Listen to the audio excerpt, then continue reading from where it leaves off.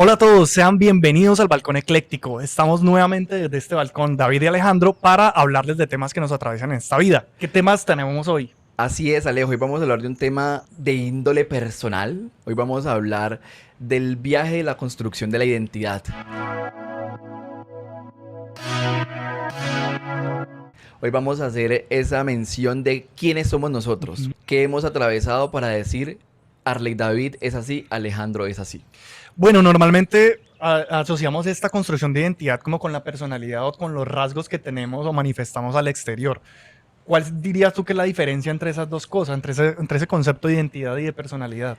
Mira que es una muy buena pregunta porque personalidad tiene que ver más con rasgos psicológicos y con componentes genéticos. Es decir, la personalidad tiene como dos grandes cosas que tienen que ver con el temperamento y el carácter. Ujú.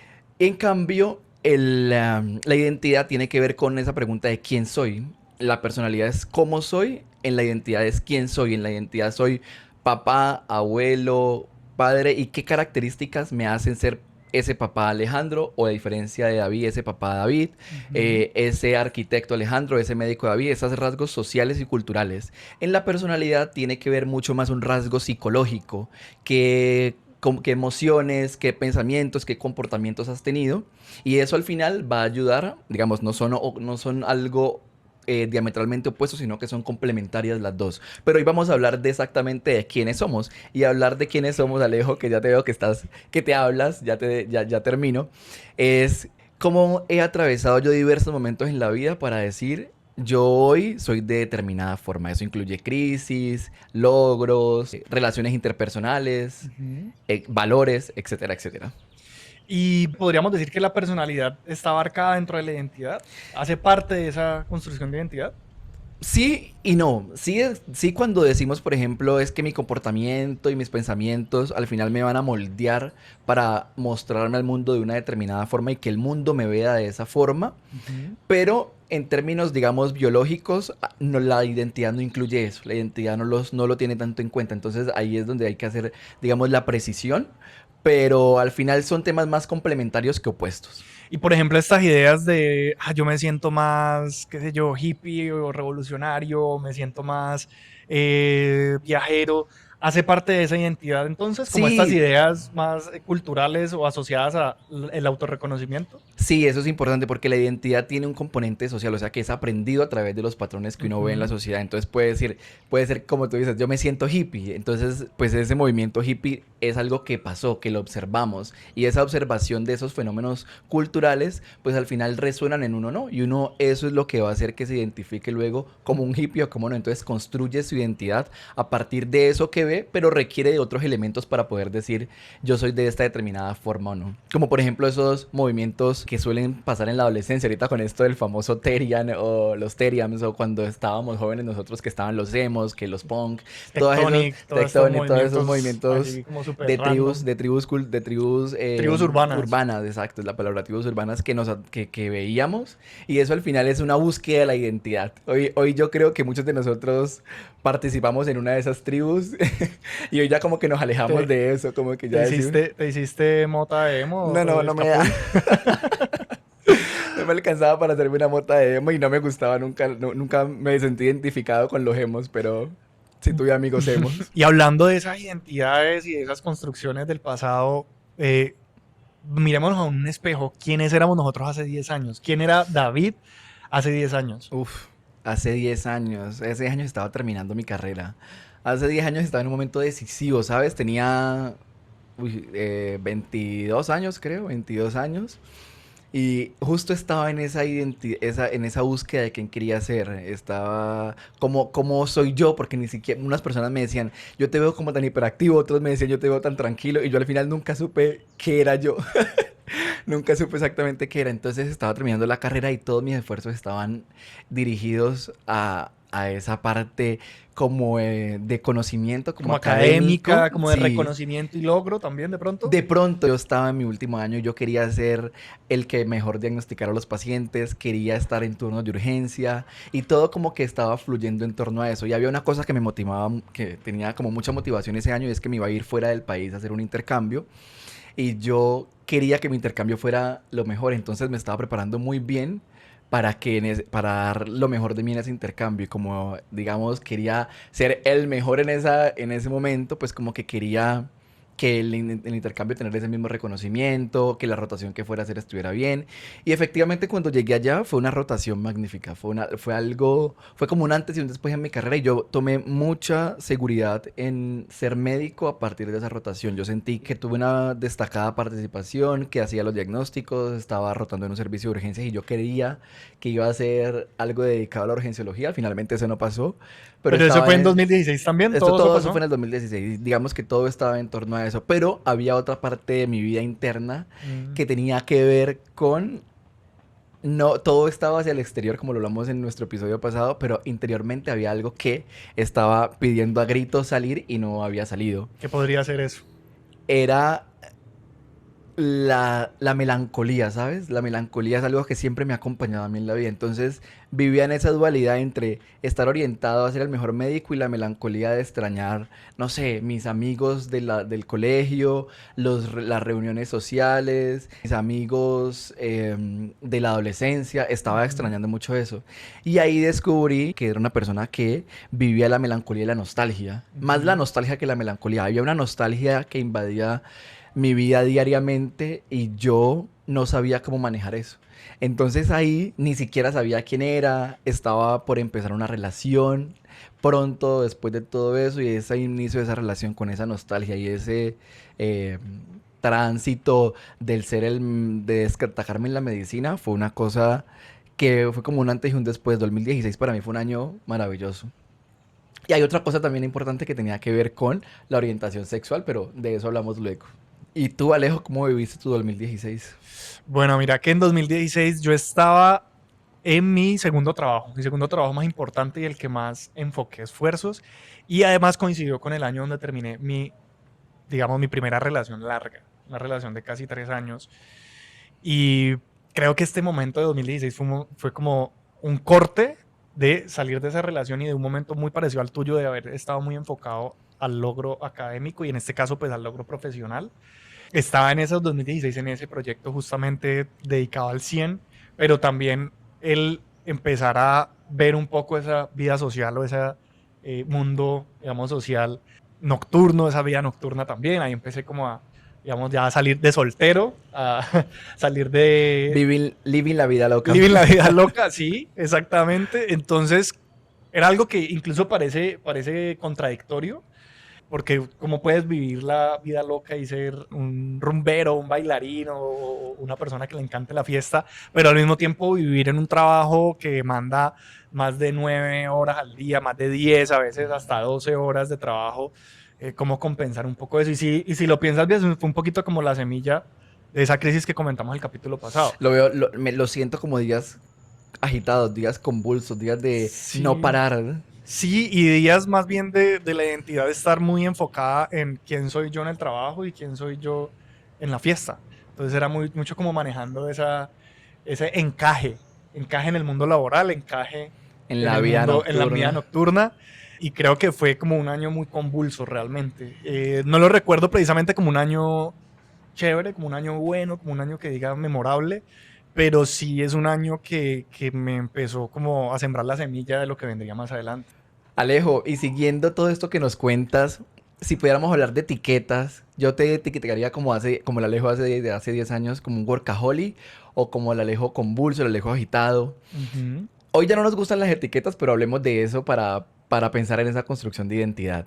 Si pudieras devolverte un poco antes de esos 10 años que hablábamos, es decir, antes de tus 22, ¿qué pasó con ese Alejo? ¿Que de pronto hay una relación entre el Alejo de antes de esos 10 años con el del 2016? Pues mira, ahorita que me pongo a pensar en eso que hablamos ahorita, el encajar en el trabajo y el encajar en el mundo social, creo que se remonta un poco antes, ¿no? A un momento donde tenía otra etiqueta o donde se creció otra etiqueta muy fuerte que la tuve durante mucho tiempo, que era ese niño que le gustaban los mapas, ese niño que le gustaba la naturaleza o ese niño que le gustaba hablar de ciudades y que pues los otros niños lo veían raro, ¿no?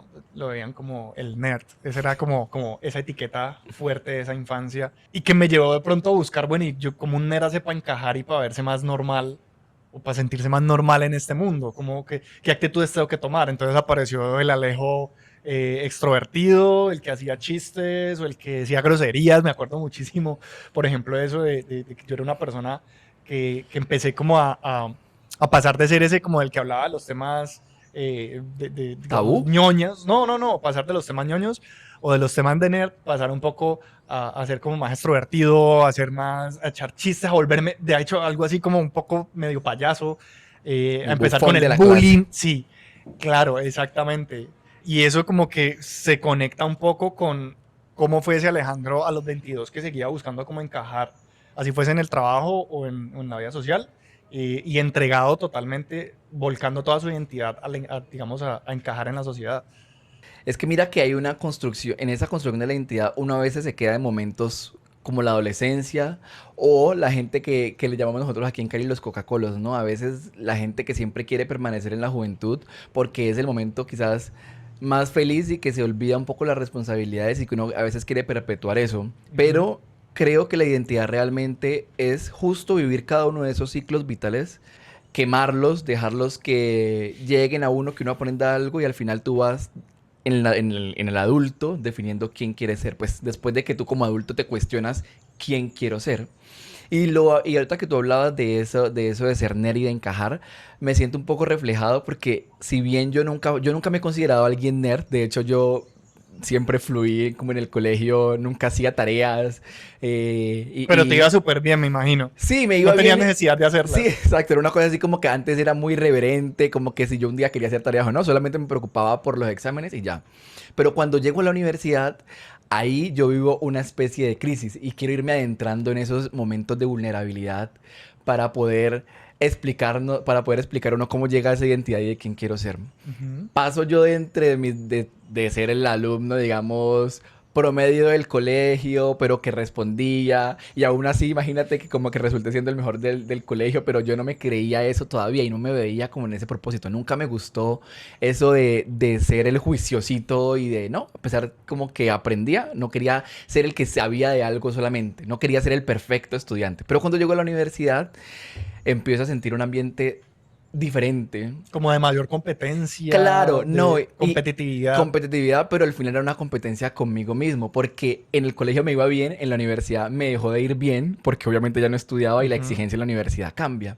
Entonces esos primeros semestres en la universidad para mí fueron una cosa traumática literalmente, o sea, yo creo que iba de mi casa a la universidad pensando en el transporte porque no había perdido un examen o cómo iba a ser para ganar. Y entonces era una alta carga de estrés y una alta carga de sentirme mal conmigo mismo por haber abandonado. Y yo decía, ¿qué pasó? O sea, ¿qué pasó conmigo? Y ahí empiezo a querer entonces cambiar, a hacer una versión diferente de mí y empiezo entonces a alejarme de mis amigos. Por eso es que en el 2016 empiezo a tener esa nostalgia y Ujú. empiezo a alejarme de mis amigos, a volverme muy introvertido, a tener miedo de expresar las cosas que yo tenía y a sentirme como una persona que ya no encajaba, pero no es ni siquiera en el colegio, que ya no encajaba, y que ya no encajaba desde lo académico, que no encajaba desde lo emocional, que se sentía completamente perdido. Y yo siento que la universidad fue ese catalizador para poder descubrirme y decir quién quiero ser.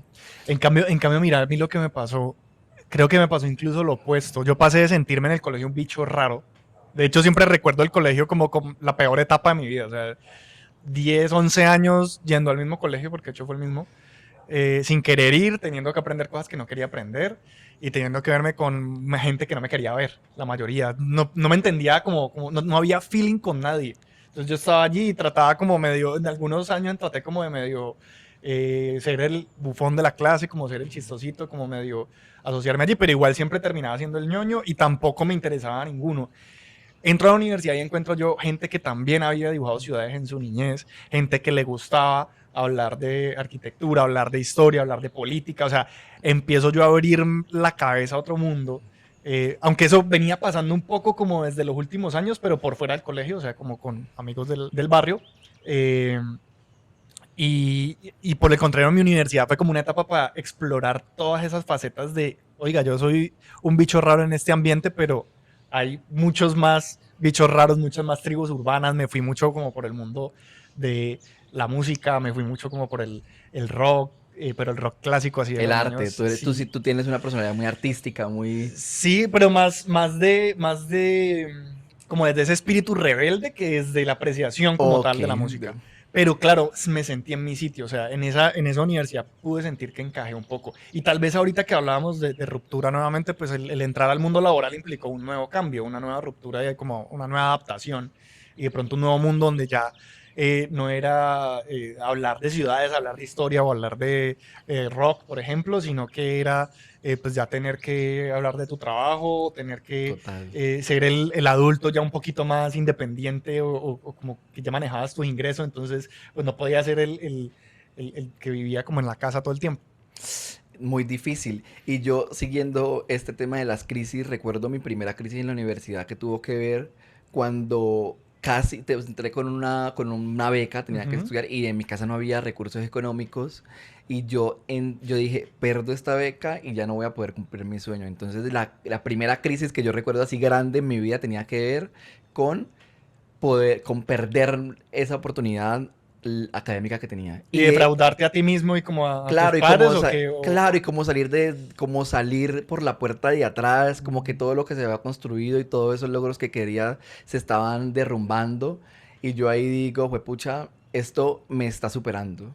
Hasta que por obra y gracia, no sé, ahí yo creo que hay una cosa espiritual y es por eso que ahí empieza a nacer eso, a volver a renacer Arley David y empieza a pensar en eso que pasa y que la vida a veces te premia o te da como un segundo empujón para que tú puedas encontrarte en esos momentos, porque ahí hubo también emociones, Pero ¿no? ¿cómo fue ese empujón? O sea, Ya te fue... cuento, ahí hubo también emociones como de tristeza, no sé qué, y también la frustración, entonces decir, yo no me puedo dejar, yo voy a hacerlo, yo necesito hacerlo, y aparecen personas maravillosas, o sea, exactamente apareció la tía de una amiga que hace rato no hablaba conmigo y me dijo, mire, en un sitio están dando otra beca, vaya y aplique esa beca, quizás por ahí puede ser, ya perdió una, pero usted puede lograrlo, con ese promedio van a hacer, y llega ese momento, así una noche, esa llamada, y yo dije, ¿qué? Esta es mi oportunidad, yo voy a hacer, ese semestre la voy a dar toda.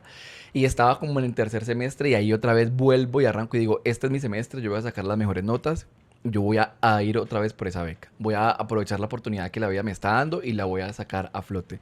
Y entonces en eso cometo un error quizás, pero no es que sea un error, sino que era la forma como de lograrlo y es como volver mi mente muy científica. Ujú. Yo Muy siempre muy calculadora, el calculadora del tiempo, el tiempo, esfuerzo. del orientado al logro y súper psicorrígido. Entra, Te quedó esa marca porque todavía tienes un poco de esa estructura fuerte. pero ya no tanto como antes, ¿sabes? Ya no tanto como antes y ahí entonces, para enlazarlo con esto, es haber aprendido de ese que no quiero ser, ese estructurado, ese orientado al logro, pero que en ese momento me sirvió para poder, digamos, alcanzar ese logro que tenía y que creo que la vida me lo presentó para que me conociera, para que conociera eso que yo tengo dentro, porque eso también estaba dentro de mí, que no lo había explorado, y decir, eso no quiero ser. Ya tengo esa mente científica, esa mente analítica, calculadora, pero yo en el fondo soy una persona también muy humanista. Yo Ujú. amo el contacto con las otras personas, amo lo cualitativo, amo a veces las cosas que son simbólicas, lo que no tiene números. Y ya cuando sigo, pues al final tengo la beca y paso a lo largo de la carrera, tengo la oportunidad de descubrir otra vez esa humanidad que uno lleva adentro. Y digo, esto es lo que yo sí quiero ser. Ya. Esto es lo que como médico no voy a ser alguien que solo piensa en diagnósticos, sino que voy a ser alguien que ve las cosas de una forma holística y ahí me voy orientando un poco a qué quiero dedicarme en el resto de mi vida como médico, cómo me oriento y ahí empieza esa construcción. Digamos que eso fue con lo académico, pero la universidad me sirvió para plantearme muchas cosas y ahí luego entonces llega el descubrir mi orientación sexual, ahí llega luego descubrir cómo quería vivir en parejas, ahí llega luego cómo me relaciono con las otras personas, cómo vivo la nostalgia. Empiezan una cantidad de temas súper chéveres a aparecer y ahí es donde yo digo, esto sí voy a hacer y es lo que lo que me ha construido hasta el día de hoy. ¿Y cómo fue pronto esa relación con ese primer empujón en la universidad y esto? O sea, ¿fueron procesos aparte o simplemente en algún punto se involucró esta parte más profunda, personal, por ejemplo? Sí, con claro. con eso de de la relación académica, digamos? En qué momento Cuando tú sientes ya que se bifurca ese camino? Cuando tú ya tienes en mi caso fue cuando yo tuve una persona de frente y esa persona no solamente tenía una enfermedad, sino que tenía una vida y su enfermedad estaba afectando su vida, entonces ya tú empiezas a ver la persona como un conjunto de cosas y Ujú. eso al final lo relacionas contigo Sí, mismo, te resuena, te como que resuena. lo introyectas. Exacto, no sé, por ejemplo, cuando Sí. estaba rotando en psiquiatría y yo decía, ay, él está triste, a veces yo también me siento triste, o sea, porque no ¿Te obviamente dijeron en algún momento que tenías habilidades para la psiquiatría? sí, sabes, como que hay, como que usted habla mucho con esos pacientes. Aparte, me iba bien porque tenía una amiga súper chévere que hicimos un muy buen equipo que también le gustaba mucho entrevistar a los pacientes. Y yo, como siempre he sido muy conversador, eso Ujú. de preguntar a las personas. Pero nunca me gustó la psiquiatría como un área para dedicarme porque siento que tiene una carga o es una responsabilidad bien importante con la salud mental. Entonces yo como que no me sentía tan listo para eso. Ujú. Pero igual sí resonaba en mí y ahí podía identificar ciertas cosas. Y eso me sirvió mucho para conocerme. Y antes de entrar en esta parte más profunda, más personal tuya, ¿cuál de estas etiquetas que has tenido a lo largo de la construcción de tu identidad sientes que ya no resuena contigo, quisieras dejar atrás? Me gustaría que la escribieras y que rompiéramos esas etiquetas que ya sentimos que no hacen parte de nosotros. Pues mira, realmente es que yo creo que muchas etiquetas he tenido y que yo ni siquiera sé por qué, pero yo tengo una muy, digamos, que tuve hasta hace muy poco y que trabajé luego de un tema que tenía que ver con esa orientación al logro, pero que estaba relacionado con calcular todo. Como Ujú. que siempre tenía algo muy calculador y en tal fecha y muy estricto y no sé qué. Entonces Lo hoy, que explicabas ahorita, incluso lo que tenía que ver con en tal edad quiero hacer esto, en tal edad quiero hacer esto, tiene que ver con sí, esa tiene que etiqueta de ver calculador. con esa etiqueta. Entonces voy a escribir aquí calculador.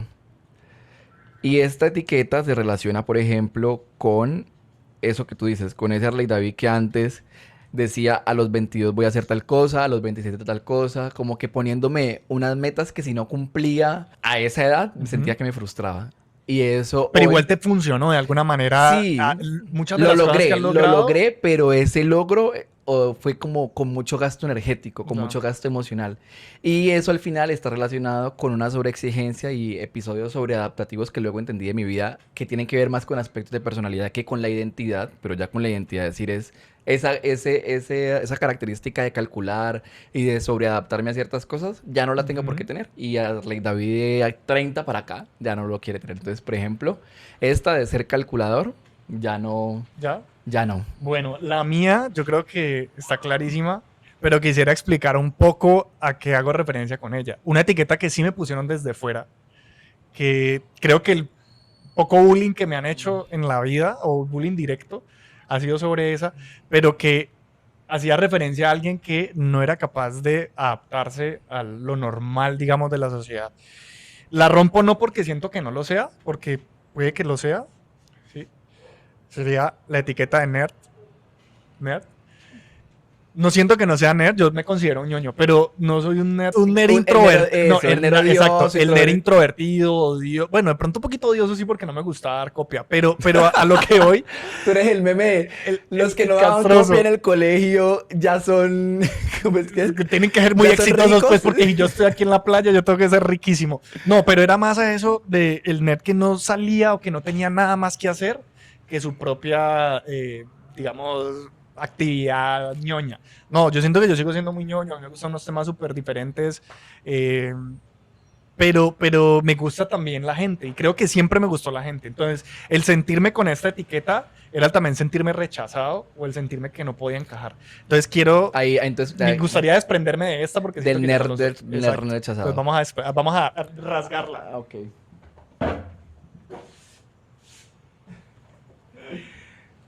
Muy chévere, la verdad, muy chévere. Y después de romper estas etiquetas, quería también mencionar algo como una especie de manifiesto, un manifiesto vivo, hablar también de la reconstrucción, de lo que ha pasado después. Y que tiene que ver con esos valores que hoy nos sostienen para ir dándole forma a este episodio. Por ejemplo, ya yo después de haber atravesado todas esas crisis, esos espacios vulnerables, también luego, digamos, ahí voy a adelantarme un poquito Ujú. a mi adultez. Y fue, por ejemplo, cuando tuve que afrontar mi orientación sexual, cuando tuve que hablar con diversas personas sobre el tema y cuando tuve que afrontarme a mí mismo sobre un tema que tiene que ver con la homofobia interna. Uno a veces es muy homofóbico y eso lo descubrí luego. Y es que uno es homofóbico, uno por ser quien uno es, puede llegar a un momento de odiarse. Y eso es Y a qué haces referencia, por ejemplo, qué tipos de actitudes veías tú que como que hacían sentirte homofóbico contigo mismo, por ejemplo? el simple hecho de negar quién uno es, el simple hecho de de no poder contárselo a alguien desde que tú lo sientes, ahí ya te estás Uf, negando. bueno, bastante duro. De hecho, creo que esto coincide un poco con esa sensación que te decía del colegio como la peor época de mi vida, porque además fue la época donde yo sentí que no podía eh, aceptar ese hecho de ser homosexual. eh, y lo oculté todos los años, porque creo que lo sentí desde primero, pero lo To- oculté todo ese tiempo y cargué con esa, o sea, nunca lo había asociado como a una homofobia, pero literalmente es una negación de ese rasgo tuyo. Totalmente. Entonces cuando uno ya descubre eso, entonces uno dice, me voy a reconstruir y la orientación sexual pasa a uno de los tantos planos que uno tiene que abordar. Ya no es Ujú. la vida dramática como a veces la venden. Y tú Alejo, ¿te gustaría hacer un dibujo frente a eso? Frente a eso que tiene que ver con la identidad. Pues mira que me llega como una idea muy, muy chévere porque además de esa reconstrucción parte del amor propio, ¿no? De la autoestima. Yo creo que en esos ires y venires, en la construcción de identidad, pues hay unos momentos donde uno se rechaza a uno mismo, donde uno no se quiere. Creo que parte de esos pilares es el amarse uno como es. O sea, me amo nerd, me amo ñoño, no como, como la etiqueta que acabamos de romper, sino como con las cosas que a mí me gusta y como con quién soy. O sea, por quién Es soy. que Amo parte... eso, pero es un ir y venir. O sea, uno está como navegando entre esas facetas. Sí, es como un camino de avanzo, me devuelvo, avanzo, me devuelvo, avanzo, me devuelvo, hasta que Ujú. uno ya dice, he avanzado mucho y ya puedo hablar desde esta época. Entonces, mientras tú te conviertes en el artista que quieres ser y dibujas algo, quisiera entonces hablar sobre esos pilares, por ejemplo, que hoy me sostienen a mí y que yo creo que compartimos, que tiene que ver con ser auténtico, tiene que ver con que uno después de haber hecho este ejercicio de romper esa etiqueta, es definitivamente no voy a vivir con etiquetas, voy a vivir desde una perspectiva de el amor, de la autenticidad, del ser quien quiero ser, de vivir de una manera genuina, que fluya, tener una especie de libertad de poder expresarse, tener autoconciencia. Y yo creo que esos son los valores que hoy a mí me atraviesan y eso es lo que yo he decidido. En tu caso yo creo que son algo muy similares y tienen que ver justo con eso. Yo recuerdo cuando tú empezaste a hacer tus videos de sketch y fue cuando te empecé a conocer también que dibujabas Oimpa. Luego hablamos de Oimpa, pero sí tiene que ver mucho con esa forma de lo que uno siente, lo que uno quiere y se vuelve coherente en eso, entre el actuar, el pensar y el ser. Y saliéndonos de etiquetas, o sea, no hace falta identificar, no sé, hippie como hablábamos ahorita, activismo, no, salirnos de esas etiquetas y más amar todo el conjunto de cosas que Es somos, porque decir, es que no además somos un un conjunto todo. de cosas. Y creo que Y aquí estoy dibujando algo que además me gusta mucho. Esto es un árbol desde arriba y está como todas sus ramas, que son los diferentes caminos que tomamos en la vida, que además todos están conectados con un mismo ser, ¿cierto? Que es en el que habitamos. Y de pronto, cómo esos caminos en algún momento se vuelven cíclicos, porque es que la vida ni siquiera es una línea recta ni un cuadrado, siempre tenemos que ver la vida como como algo ciclos cíclico, totalmente de acuerdo. y como ires y venires en ese proceso, como conectarnos. Entonces estas construcciones de identidad, pues como vemos, pasan por ciclos, pasan por rechazos y amores propios, pero creo que al final digamos, esa fortaleza es de verdad amarse como uno es, amar todos esos caminos que uno ha ido tomando, todas esas cosas que a uno le gustan, todas esas cosas que ha ido construyendo y estar conforme con eso, o sea, sentirse bien con Bien todos esos con eso, o elementos. sea, llegar a ese punto donde uno dice, sí, esto que ha atravesado, estos procesos que he vivido, me han construido. Ujú. Me he deconstruido, me he construido y así probablemente vaya a pasar en otros momentos de la vida y estar listos para vivirlos. Creo que es definitivamente eso que hace que podamos decir con certeza, orgullosos, de ser quien uno es. Y no me refiero a los temas que hablé específicamente, de orientación sexual, de algo, no, sino realmente a quererse como uno es, a aceptarse, a Ujú. vivirlo desde la diferencia. Y si la diferencia con respecto a las otras es mucha o poca, ¿qué importa? Y sabes que creo que también vivir y aceptar esa diferencia no es solo con uno mismo, sino con el resto. Eso te hace también estar como en paz o en tranquilidad con los que son muy diferentes a ti. Como te ayuda a hacer esa Aceptar, a tolerancia, tolerar, esa exacto. aceptación. Y pues en este mundo que es muy diverso, pues eso es fundamental, Es tener también esa fundamental, aceptación. totalmente. Eso, entonces yo retomaría pilares, tenerlos siempre claros, hacer Ujú. esos cimientos que uno quiere, esos no negociables que uno tiene para poder construirse y a partir de eso elaborar las diversas situaciones, vivirlas de diferentes formas. Romper etiquetas, no vivir Ujú. a partir de etiquetas. Cuéntenos ustedes qué etiquetas romperían, si tienen algunas o no. ¿Con qué se quedarían también? ¿Qué romperían de sus etiquetas y con qué se quedarían de ese, digamos, no etiqueta, sino de ese conjunto de cosas o de valores que tienen? Exacto.